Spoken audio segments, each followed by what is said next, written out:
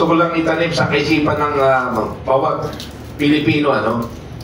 Kagabi ay napag-usapan namin ng team ng Filipino Guerrilla Forces na itong kataga na ito hindi dapat natin makalimutan, at yun ang kasagutan ng mga tanong niya kanina.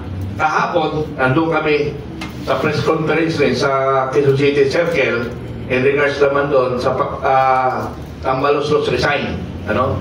Nandun kami. Ngayon, gusto kong napag-isipan ko na, pero napabanggit ko na rin ito, pero gusto ko itanim sa kaisipan ng bawat Pilipino na tayo nag-elementary, di ba? Yung panunumpa sa watawat.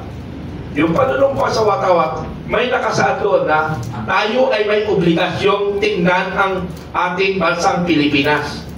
So, pag hindi tayo nakialam sa nangyari sa ating bansa, parang hindi mo natutuhan yung panunumpa sa watawat.